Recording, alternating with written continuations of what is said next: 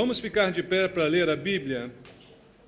Abra sua Bíblia no livro do profeta Jeremias, no capítulo 33. Jeremias, capítulo 33. Vamos ler até o versículo 11. Jeremias 33, verso 11. Aliás, do verso 1 ao verso 11.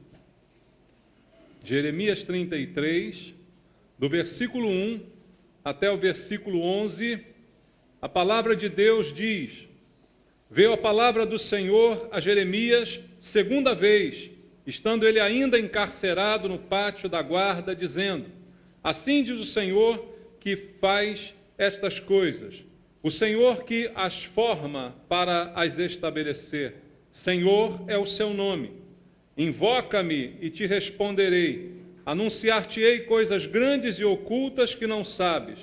Porque assim diz o Senhor, o Deus de Israel, a respeito das casas desta cidade e das casas dos reis de Judá, que foram derribadas para a defesa contra as trincheiras e a espada. Quando se der a peleja contra os caldeus, para que eu as encha de cadáveres de homens feridos por minha ira e meu furor, porquanto desta cidade escondi o meu rosto, por causa de toda a sua maldade.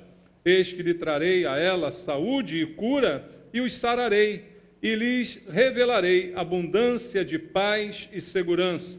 Restaurarei a sorte de Judá e de Israel, e os edificarei como no princípio. Purificá-los-ei de toda a sua iniquidade, com que pecaram contra mim, e perdoarei todas as suas iniquidades com que pecaram e transgrediram contra mim. Jerusalém me servirá por nome, por louvor e glória, entre todas as nações da terra, que ouvirem todo o bem que eu lhes faço. Espantar-se-ão e tremerão por causa de todo o bem e por causa de toda a paz que eu lhe dou. Assim diz o Senhor, neste lugar que vós dizeis que está deserto, sem homens, sem animais, nas cidades de Judá e nas ruas de Jerusalém, que estão assoladas, sem homens, sem moradores e sem animais, ainda se ouvirá a voz de júbilo e de alegria, e a voz de noivo e de noiva, e a voz dos que cantam: Rendei graças ao Senhor dos exércitos, porque Ele é bom, porque a sua misericórdia dura para sempre, e dos que trazem ofertas de ações de graças à casa do Senhor, porque restaurarei a sorte da terra, como no princípio, diz o Senhor. Amém. Senhor nosso Deus, nosso Pai, com alegria chegamos à Tua casa para ouvir a Tua palavra, para ter comunhão com os meus irmãos, para louvar ao Senhor nesse lugar. Tudo isso faz parte do nosso culto ao Senhor esta noite. Que o Senhor receba o nosso culto, mas que o Senhor também fale ao nosso coração.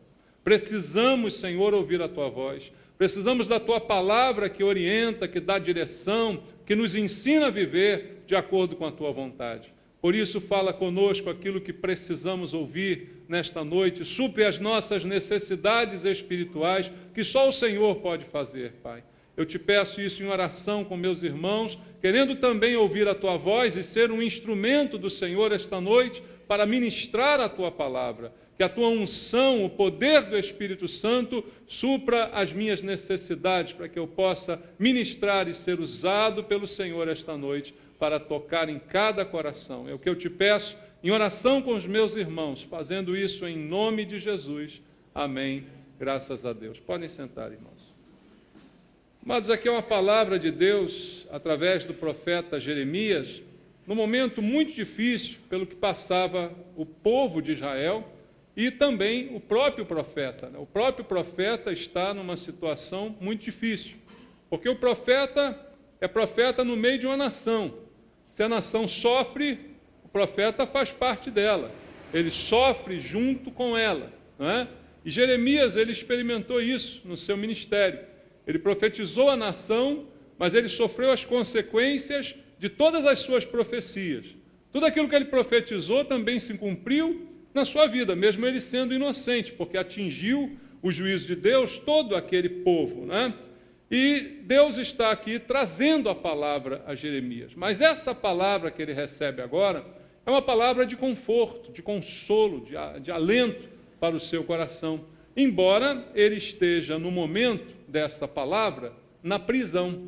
Você leu aqui comigo, não sei se você prestou atenção, mas, segundo diz o texto no versículo 1, veio a palavra do Senhor a Jeremias, segunda vez, estando ele ainda o quê? Encarcerado no pátio da guarda. Ou seja, Jeremias está preso, mas pela segunda vez, a palavra de Deus vem a ele. Ele é visitado por Deus naquela prisão.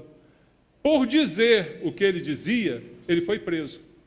Por não agradar através das suas palavras, as suas profecias não agradavam, ele é preso. Mas Deus o visita na prisão. E já é a segunda vez que isto acontece, não é? Ele está no calabouço, preso, numa prisão muito desconfortável, mas Deus vai visitá-lo na prisão e dá a ele uma palavra. Isso já começa a mostrar para nós alguns princípios que são importantes. Primeiro, Deus não abandona seus servos. Amém, irmãos?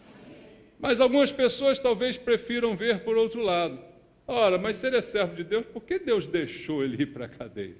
Por que Deus deixou que ele passasse por isso? Não é? Pessoas, de repente, só se fixam nesta realidade, mas ignoram que mesmo ali o Senhor estava com ele. Mesmo ali ele recebia de Deus visão, palavra, era usado, era instrumento de Deus. Por que ele está ali? Ele está ali exatamente por ser profeta. O profeta, ele vai arcar com dano próprio, porque não agradará a todas as pessoas. Todos nós que quisermos ser instrumentos de Deus, vai chegar um momento da nossa vida que nós não vamos agradar as pessoas. E aí nós vamos sofrer as consequências disso. E a culpa não é de Deus, porque é bom ser um instrumento de Deus. Amém? Mas faz parte daquilo que nós somos diante de Deus. Então, o que é importante destacar é que Deus não abandona seus servos. Embora os homens possam se levantar contra nós, Deus está ao nosso lado. E, irmão, se Deus está ao nosso lado, o que a Bíblia diz já no Novo Testamento? Se Deus é por nós, quem será contra nós? Que me pode fazer o homem que não esteja no controle das mãos de Deus? É mais ou menos isso que está acontecendo. Mas o importante destacar é esse cuidado de Deus com o seu servo na hora da dificuldade. Como Jesus ensinou, no mundo tereis aflições. Faz parte da vida. Eu posso ter aflições, você pode ter aflições, todos nós, aliás, podemos não, teremos. Jesus disse que nós teríamos, não disse isso que seria uma possibilidade, disse que seria uma realidade. Então, estas aflições enfrentadas por nós são realidade, mas isso não quer dizer que Deus nos abandonou. Amém? Isso não quer dizer que nós estamos sós na hora da dificuldade, na hora da aflição. E quando as dificuldades são grandes, nós podemos esperar também grandes coisas de Deus sobre a nossa vida. Prestou atenção que o texto diz que era a segunda vez que Deus o visitava naquela cadeia? Ou seja, pela segunda vez ele ouve a voz do Senhor. Pela segunda vez ele tem uma experiência com Deus. Porque era grande a sua tribulação, era grande a sua aflição, era grande o seu sofrimento. Mas também foram dobradas as visitas de Deus para ele. Entende isso? Deus faz o que nós precisamos e age da forma que sabe que é necessário para cada um de nós. Há um versículo bíblico no Novo Testamento que diz que Deus não permite que nós sejamos provados ou tentados além do que podemos suportar. Juntamente com a provação, ele dá o livramento, diz este versículo lá na primeira carta de Paulo aos Coríntios. Então o Senhor sabe e tem o controle da nossa vida, mas ainda na hora da dificuldade, nós podemos ser bênçãos nas mãos de Deus. Está entendendo isso, meu irmão? É uma coisa que esse texto já começa a falar comigo aqui. E nesse texto, na palavra que Deus dá a Jeremias, na verdade ele dá uma palavra para toda a nação, não somente para o profeta, mas uma palavra de consolo para toda aquela nação que está enfrentando grande dificuldade, é bem verdade, consequência dos seus próprios erros. Ninguém meteu eles naquela situação. Foram eles próprios que se meteram naquela situação. Foi aquele povo que provocou o que eles estavam passando, segundo o próprio texto diz, consequência das iniquidades, dos pecados, da rebeldia contra o Senhor.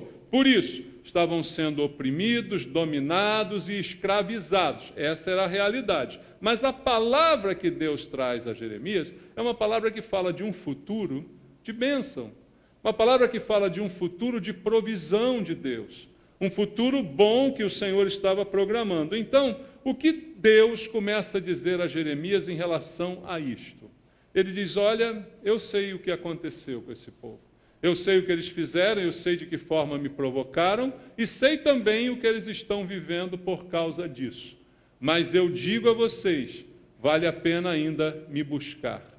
Vale a pena ainda que você caia em si, reconheça seus erros e me busque de todo o coração. Em resumo, essa é a mensagem que Deus está trazendo através de Jeremias. Ele vai falar ao povo essa palavra como um estímulo para que aquele povo ainda busque ao Senhor. Reconheça que o que está sofrendo é consequência das suas escolhas e das suas atitudes, mas ainda busque ao Senhor, porque o Senhor é misericordioso. Amém, irmãos? Se não fosse, bastaria um erro, estaríamos já eliminados. Não é verdade? Bastaria uma falta, estaríamos já perdidos.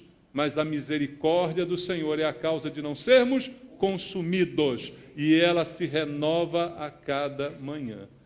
E o que Jeremias está dizendo através de Deus é que vale a pena orar, vale a pena buscar, mesmo que eu esteja sofrendo, como consequência dos meus próprios erros. Vale a pena ainda invocar ao Senhor, como ele diz aqui, e é a base, a tônica de tudo que Jeremias está dizendo. Veja só o versículo 3, como ele começa a sua profecia.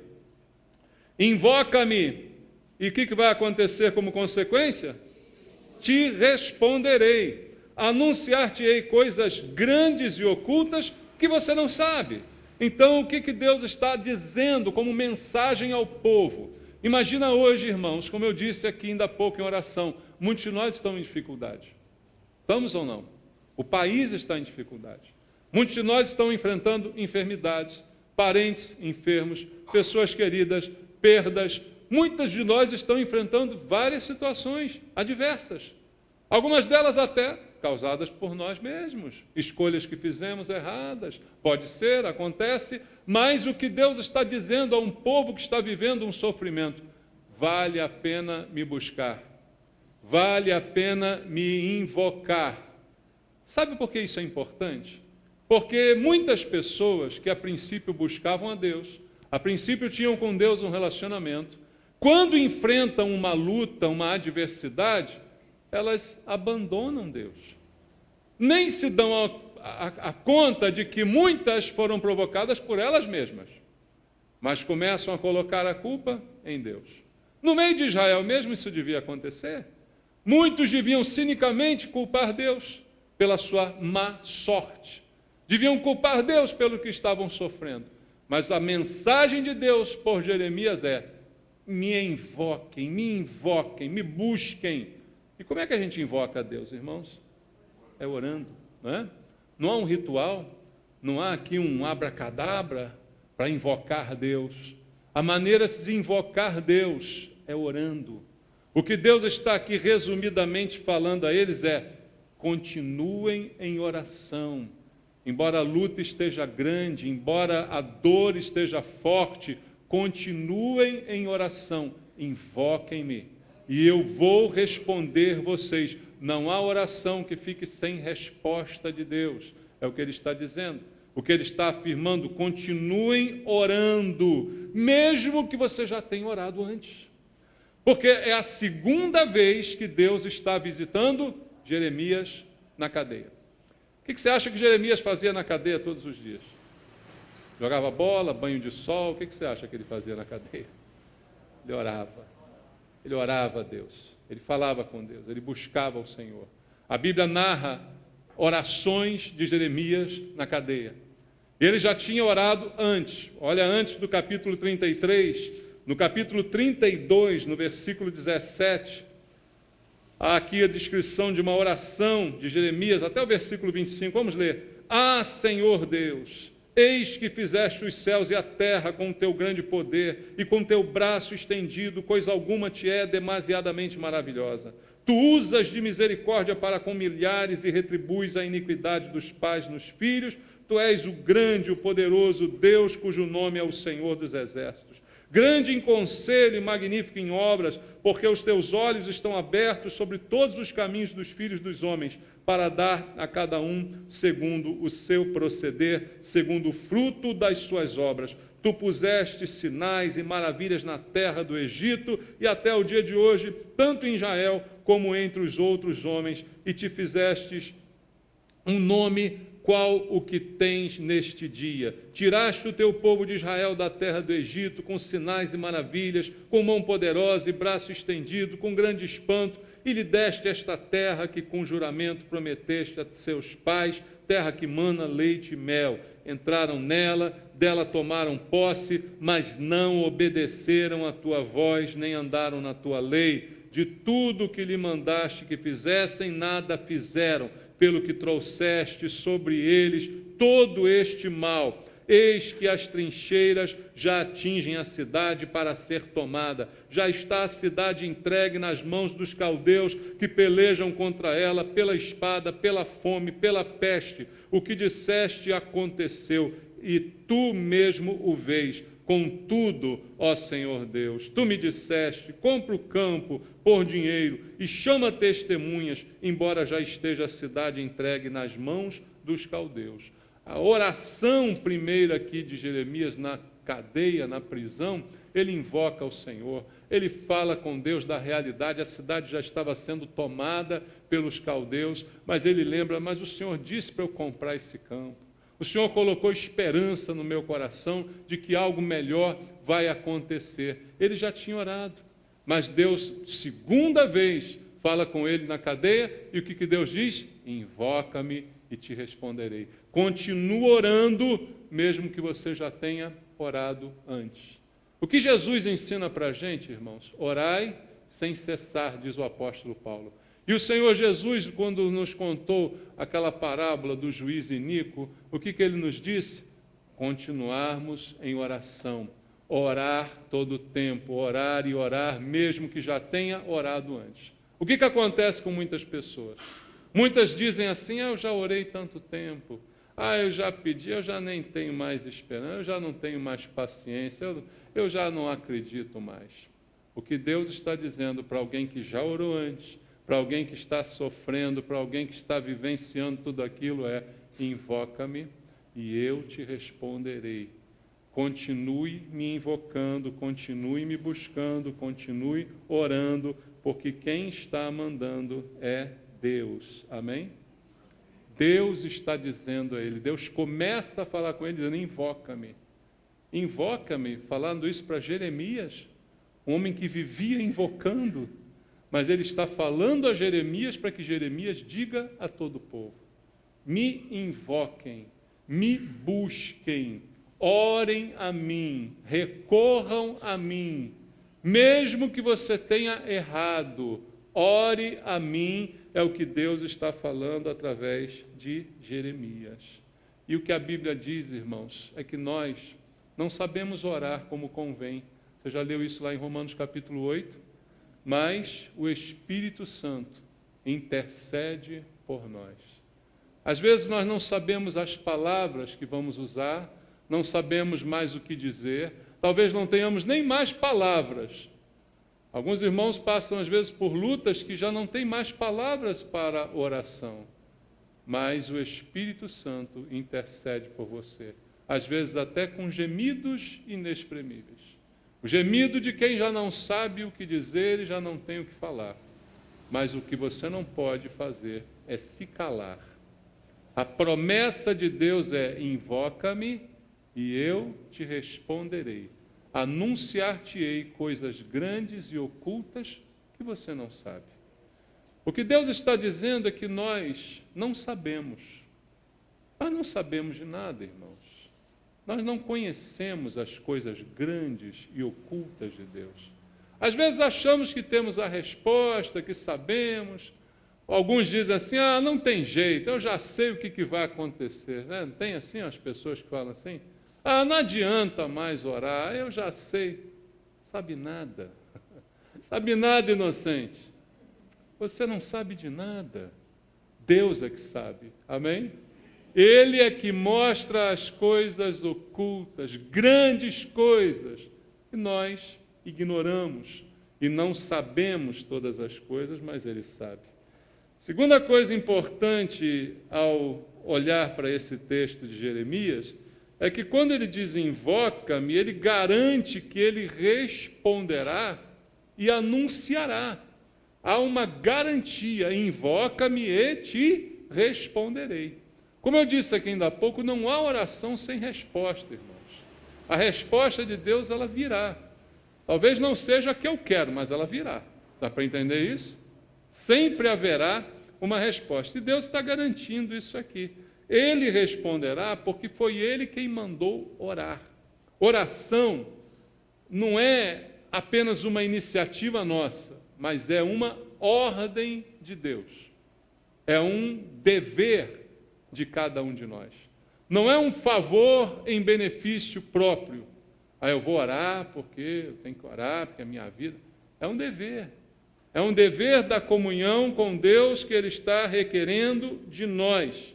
Ele ordenou e é Ele quem nos inspira, é Ele quem nos estimula a orar. E quando Ele diz eu vou responder, Ele está garantindo que Ele participará desse momento. Então não é apenas um ato de brincar conosco. É algo que Deus está propondo como comunhão. Você fala e Ele responde. Você fala e você ouve. Mas para isso você tem que falar, você tem que invocar, você tem que buscar e você não pode parar.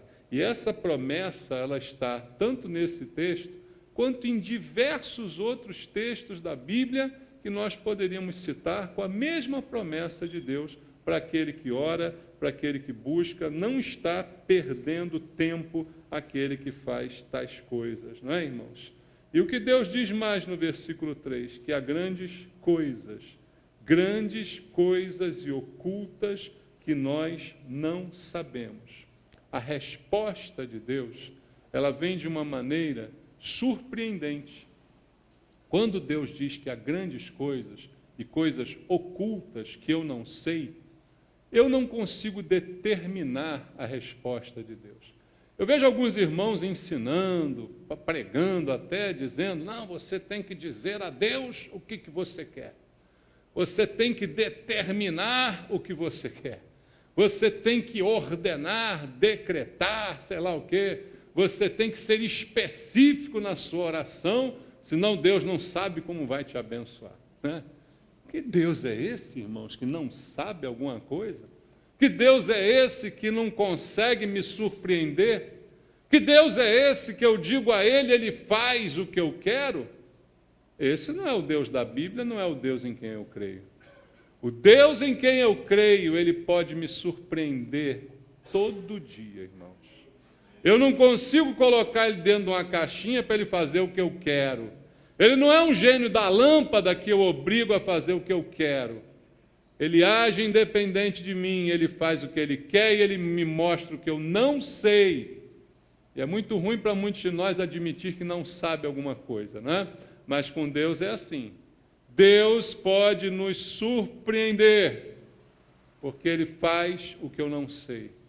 Mas uma coisa eu sei, o que Ele faz é grande. O que Ele faz é muito maior do que eu posso imaginar. Você lembra do que Paulo ensinou? Que Deus é poderoso para fazer infinitamente mais do que tudo que pedimos ou pensamos. Esse texto é claro ao mostrar para nós que nenhum pensamento nosso consegue conter Deus, consegue delimitar o que Ele pode fazer. Ele vai me surpreender. Eu posso imaginar que a solução para o meu problema é isto aqui, mas Deus pode fazer isto aqui, muito maior, entendeu? Muito maior. Ou por um outro caminho completamente diferente que eu imaginei ser a solução. Mas eu fico com aquela ideia fixa, não tem que ser assim, tem que ser assim. De repente Deus quer fazer de outro jeito, eu não estou nem percebendo. Coisas grandes faz o Senhor, muito maiores do que os meus pensamentos, muito maiores do que eu acho que tem que ser. Nosso Deus é grande, irmãos. Então Ele só faz coisas grandes. Só coisas grandes. Quando Jeremias, no capítulo 32, orava, você prestou atenção na oração? Olha o verso 17. Ó Senhor Deus, eis que fizeste. O que Deus fez? Os céus, a terra, teu grande poder, com teu braço estendido. Coisa alguma te é demasiadamente maravilhosa. Jeremias sabia disso. Deus não se espanta com nada. Deus não se surpreende com nada. Não há nada maravilhoso que eu coloque e Deus fique apaixonado. Não existe isso, irmãos. Não existe. Nada é maravilhoso demais para o Senhor, dizia aqui Jeremias. Tu usas de misericórdia para com milhares, retribuis a iniquidade dos pais nos filhos. Tu és o grande, o poderoso Deus, cujo nome é o Senhor dos Exércitos, grande em conselho, magnífico em obras, porque os teus olhos estão abertos sobre todos os caminhos dos filhos dos homens, para dar a cada um segundo o seu proceder, segundo o fruto de suas obras. Ele coloca Deus acima de tudo. Essa grandeza de Deus é a grandeza que nós esperamos de Deus. Mas se você conhece realmente Deus, quem Ele é. Se você sabe em quem você tem crido, como dizia o apóstolo Paulo. Então são grandes, maravilhosas promessas divinas que o Senhor tem para nós que cremos nele. E ele continua no texto do profeta Jeremias, capítulo 33, dizendo assim no versículo número 6. Eis que lhe trarei a ela saúde e cura, e os sararei, e lhes revelarei abundância de paz e segurança. A quem ele está dizendo isso? A cidade.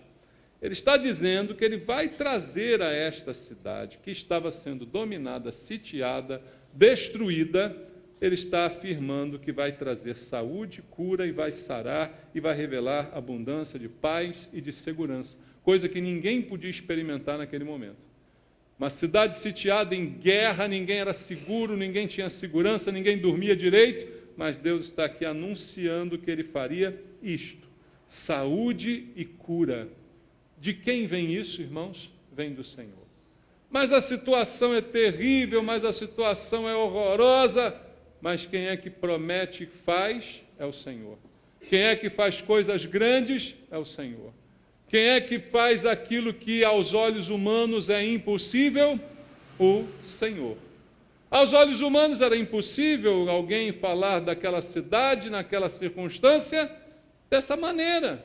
Mas aos olhos de Deus era isso que ele estava planejando para eles. Coisa grande e escondida dos seus olhos, que eles não eram capazes de ver essa grandeza que Deus estava preparando para fazer ali. Versículo 7, ele diz: restaurarei a sorte de Judá e de Israel, e os edificarei como no princípio, algo inimaginável, um livramento daquele cativeiro que eles estavam enfrentando, daquela prisão, algo inimaginável. Deus está dizendo: olha, eu vou restaurar vocês, e vou edificar vocês como no princípio, uma restauração completa, de fazer tudo novamente e tudo novo. Quem é capaz de fazer isso? Deus. Mas o que eu tenho que fazer? Invocá-lo. O que eu tenho que fazer? Buscá-lo. Para quem é essa promessa? Para quem invoca. Invoca-me e eu te responderei. Vou te anunciar coisas grandes e que estão escondidas aos teus olhos hoje. Essa restauração é para quem busca. Ah, mas eu errei, mas eu fiz o mal. Invoca-me e eu te responderei. E eu vou restaurar você como no princípio. Como no princípio eu vou fazer de novo. Vou mudar a sua sorte, vou mudar a sua vida. Quem pode fazer isso? O Senhor. Mas a quem ele fará isso? A quem o invocar, a quem o buscar. Meu amado, a solução universal para tudo é buscar ao Senhor. Qualquer que seja a dificuldade, qualquer que seja o problema, ninguém pode resolver o seu problema melhor do que o Senhor. Mas não tem mais esperança, mas eu errei, O Senhor. É Ele que pode fazer o que ninguém mais pode fazer, como Ele está aqui dizendo. Versículo 8. Purificá-los-ei de toda a sua iniquidade, com que? pecaram contra mim, perdoarei todas as suas iniquidades, com que pecaram e transgrediram contra mim. Essa promessa não é para gente boa, para gente ruim, gente que pecou, gente que errou, gente que está sofrendo um castigo merecido. Mas aí essa gente, ele está dizendo, invoca-me e eu te responderei. Te anunciarei coisas grandes e ocultas que você não sabe. Eu vou perdoar o seu pecado. Irmãos, não há outra fonte de perdão de pecados que não seja o Senhor. Você crê nisso? Então, se eu errar, se você errar, não há outro caminho a tomar a não ser invocar o Senhor. Não há quem clamar por misericórdia a não ser ao Senhor. Não há um pagamento que você possa fazer pelo seu pecado. Não adianta, eu errei, vou trazer aqui um dinheiro para a igreja. Isso não vai comprar o seu perdão. Eu estou em pecado, mas eu vou servir na obra de Deus.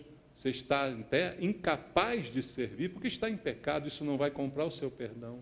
O único que pode te perdoar é Deus. E Ele fará isso se você o invocar. Se você clamar a Ele, Ele vai te responder. Como diz aqui o Senhor, eu vou perdoar o teu pecado, vou perdoar a tua iniquidade, a tua transgressão contra mim. Você errou contra mim, mas se você me buscar, eu vou perdoar. Se você me clamar, se você me invocar, eu vou te perdoar. Coisas grandes e ocultas que você não conhece, não sabe, não tem conhecimento. Versículo 9, ele diz, Jerusalém me servirá por nome, por louvor e glória, entre todas as nações da terra que ouvirem todo o bem que eu lhe faço. Espantar-se-ão e tremerão por causa de todo o bem e por causa de toda a paz que eu lhe dou. Essa palavra parece tão contraditória para o momento que eles estavam vivendo. Um momento de guerra, um momento de dor, de sofrimento, de prisão, de assolação, mas Deus está dizendo, eu vou restaurar. E eu vou fazer de tal maneira que as outras nações vão ficar espantadas com o bem que eu fiz a vocês. Naquele momento, todo mundo estava espantado com o mal que ele estava fazendo. Porque quem é que estava fazendo todo esse mal com Jerusalém? Não eram os caldeus. Quem estava fazendo era Deus, a Bíblia diz. O próprio Jeremias, na oração anterior que nós lemos, diz que foi o Senhor que fez isto. Fez como consequência do erro daquela cidade, como consequência do pecado daquelas pessoas. E, irmãos, não há como ser diferente. Nunca espere que Deus vai ser diferente no seu caso. O que o homem semear, ele ceifará. Por favor, não semeie achando que você não vai colher, porque isso não funciona. Deus vai abrir uma exceção no meu caso. Não, não vai abrir uma exceção. Você vai colher o que você está plantando, mas tem uma esperança. Invoca-me e eu te responderei. Clame a mim e eu te responderei. Peça perdão e eu te perdoarei. Essa é a diferença. E ele diz, olha, vai todo mundo ficar espantado com o bem que eu vou fazer a essa cidade. Com a maneira como eu vou restaurar e a maneira boa que eu vou tratar vocês. E todo mundo vai ficar espantado com a paz que eu vou te dar. Mas a paz, quem quer paz aqui? Quem quer paz? Todos nós queremos, né? Só que a paz vem de invocar ao Senhor. Amém? A paz não vem de segurança financeira, a paz não vem de falta de problema, de saúde perfeita. A paz vem de invocar ao Senhor. Aprenda isso. A paz vem de ter com Deus comunhão. A paz vem de ter a certeza de que Deus está cuidando de você, porque você o invoca e Ele te responde e anuncia coisas grandes que você não sabe. Daí vem a paz. A paz é um dom, é um presente de Deus. E assim nós temos que encará-la, mas precisamos entender a mensagem do Senhor, que é de clamar. No versículo 10, ele continua dizendo, através de Jeremias, assim diz o Senhor, presta atenção, neste lugar que vós dizeis que está deserto, sem homens, sem animais, nas cidades de Judá, nas ruas de Jerusalém, que estão assoladas, sem homens, sem moradores, sem animais, ainda se ouvirá a voz de júbilo, de alegria, a voz do noivo, da noiva, e aí vai. Esse lugar, esse quadro caótico que você vê hoje, era verdadeiro? Sim, era verdadeiro. Judá passou por isso. Jerusalém passou por isso, cidade sitiada e destruída e arruinada, povo levado cativo e lá permanecendo por 70 anos, tudo isso eles viveram, mas o que Deus está dizendo, ó, nesse lugar que os teus olhos veem assim, neste lugar de ruínas, ainda se ouvirá um canto de alegria, não está perdido, amém? Nessa ruína que você está vivendo, nessa dor que você está enfrentando, nesse sofrimento que tem assolado a sua vida. O que Deus está dizendo, se você o invocar, ainda se ouvirá um canto de alegria. Ainda se ouvirá uma voz de júbilo. Mas isso é para quem invoca o Senhor. Se você está sofrendo, está enfrentando um problema, não é hora de largar o Senhor. É hora de invocar o Senhor. Está entendendo? Se você perdeu alguma coisa, se você está enlutado, não é hora de abandonar o Senhor, é hora de buscar o Senhor. É hora de ainda alguém um dia ouvir da tua boca um canto de alegria, embora hoje você esteja chorando. Não diz a Bíblia, o choro pode durar uma noite, mas a alegria vem pela manhã. Por que a alegria vem pela manhã? Porque você invoca a Deus enquanto chora, você clama a Deus enquanto chora. Amém, irmãos? Tinha um louvor que dizia, o crente quando chora, o Senhor responde. Você já ouviu esse louvor? Você chora, mas você clama. E quando você clama, Deus ouve, Deus faz, enxuga toda lágrima e ainda se ouvirá na sua casa um canto de alegria. Ainda se ouvirá na sua vida um canto de júbilo. Ainda se ouvirá da sua boca um glória a Deus. Né, irmãos? Isso é a verdade para quem invoca o Senhor. E é isso que Deus está dizendo através de Jeremias, naquela situação tão difícil, preso naquela prisão. Mas ele está recebendo essa visão e essa palavra do Senhor. E aí ele termina o texto no verso 11, dizendo dessa voz de alegria, de júbilo. E ele diz, então, rendei graças ao Senhor dos exércitos, porque Ele é bom, porque a sua misericórdia dura para sempre. Rendei graças ao Senhor, é o que ele diz. Agradeça a Deus. Essa gratidão vem da consequência desse clamor, desse louvor, porque Ele restaura, porque Ele perdoa, porque Ele conserta o que está estragado, traz de volta o júbilo para o teu coração. E o que falta para nós, ou o que nos resta? Render graças a Deus. Como dizia também o apóstolo Paulo aos Tessalonicenses, no capítulo 5, em tudo dai graças. Em tudo agradeça a Deus. Não reclame, agradeça. Não resmungue, louve. Não esbraveje, não blasfeme, invoque ao Senhor. Se a coisa apertar, se você está sofrendo, se você está chorando, ore mais a Deus. Clame mais ao Senhor, invoque ao Senhor de coração, e o resultado será que a alegria será restaurada na tua vida, na tua casa, e você depois vai render graças ao Senhor, vai reconhecer que Ele é bom. Às vezes é difícil dizer que Deus é bom, quando nós estamos sofrendo. Costumamos muito dizer, Deus é bom, todo mundo diz, Deus é bom, está tudo bem, mas às vezes é difícil dizer, Deus é bom, enquanto eu estou sofrendo, enquanto está faltando alguma coisa, enquanto tem alguém doente, enquanto tem um mal acontecendo na minha casa, e eu dizer, Deus é bom, é mais difícil. Mas o que Jeremias diz, rendei graças ao Senhor, porque Ele é bom, porque a sua misericórdia não tem prazo de validade, a sua misericórdia dura para sempre. Então, amados, a verdadeira oração, essa invocação a Deus, ela vai ser sempre respondida pelo Senhor. Deus não muda, Deus não é homem para mentir e nem mudar. Ele é constante e permanente, e é nele que eu preciso confiar.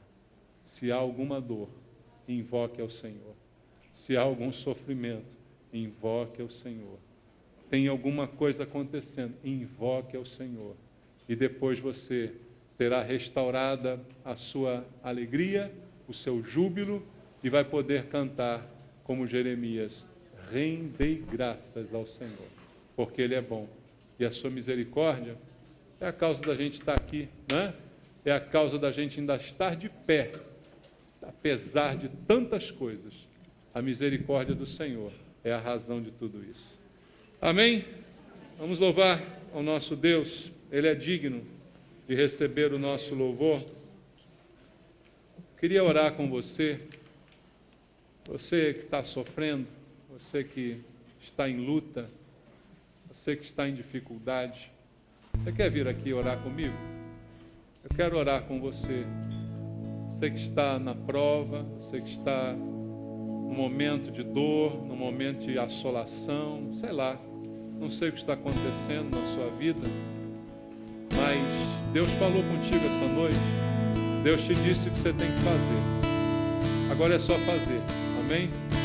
Eu não sei se o teu sofrimento é por causa do teu erro, é por causa do teu pecado, mas eu sei o seguinte, Deus é poderoso para perdoar, Deus é poderoso para restaurar, e Ele só pede uma coisa de nós: invoca-me, invoca-me, invoca-me, eu te responderei, eu vou fazer muito mais do que você imagina, eu vou te mostrar o que você não conhece, eu vou te falar do que você não sabe, eu vou revelar coisas que você nem imagina. Invoca-me, invoca-me, diz o Senhor dos Exércitos. Pai, nós estamos aqui, Senhor. Há irmãos aqui sofrendo, Pai. O Senhor conhece o sofrimento do coração desses amados. O Senhor sabe a realidade de cada um. O Senhor sabe a causa desse sofrimento, dessa dor. O Senhor sabe o porquê. Às vezes é um familiar, às vezes é uma doença, às vezes é um dinheiro, às vezes é uma dificuldade na família, Pai, que traz dor, que traz pesar ao coração. Às vezes há uma casa destruída, um lar desmanchado. Pai, mas o que a Tua palavra diz, mesmo no caos, é: invoca-me e eu te responderei. E aqui estamos nós invocando com toda a fé que temos no Senhor. Pai, nós confiamos no Senhor. Nós entregamos em Tuas mãos a nossa vida, Pai. Os nossos problemas, as nossas dores, as tribulações, as doenças, as enfermidades, as caristias, as faltas. Pai, em nome de Jesus, nós invocamos ao Senhor. Nós invocamos ao Senhor e clamamos pela Tua paz, pela Tua misericórdia, que se renova a cada manhã sobre nós.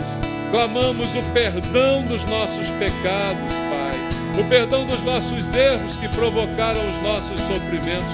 Pai, olha para nós essa noite, Senhor, e tem misericórdia do Teu povo. Aqui estamos para clamar, não para mandar no Senhor, não para Te dizer o que fazer, mas para clamar: faz a Tua vontade, Pai. Faz o que é melhor, Senhor. Submetemos a nossa vida aos Teus cuidados e oramos com fé, em nome de Jesus. Deus abençoe você. Um abraço em alguém que está perto de você e fala para esse irmão a palavra de fé. Um abraço nele, nela. Deus é bom.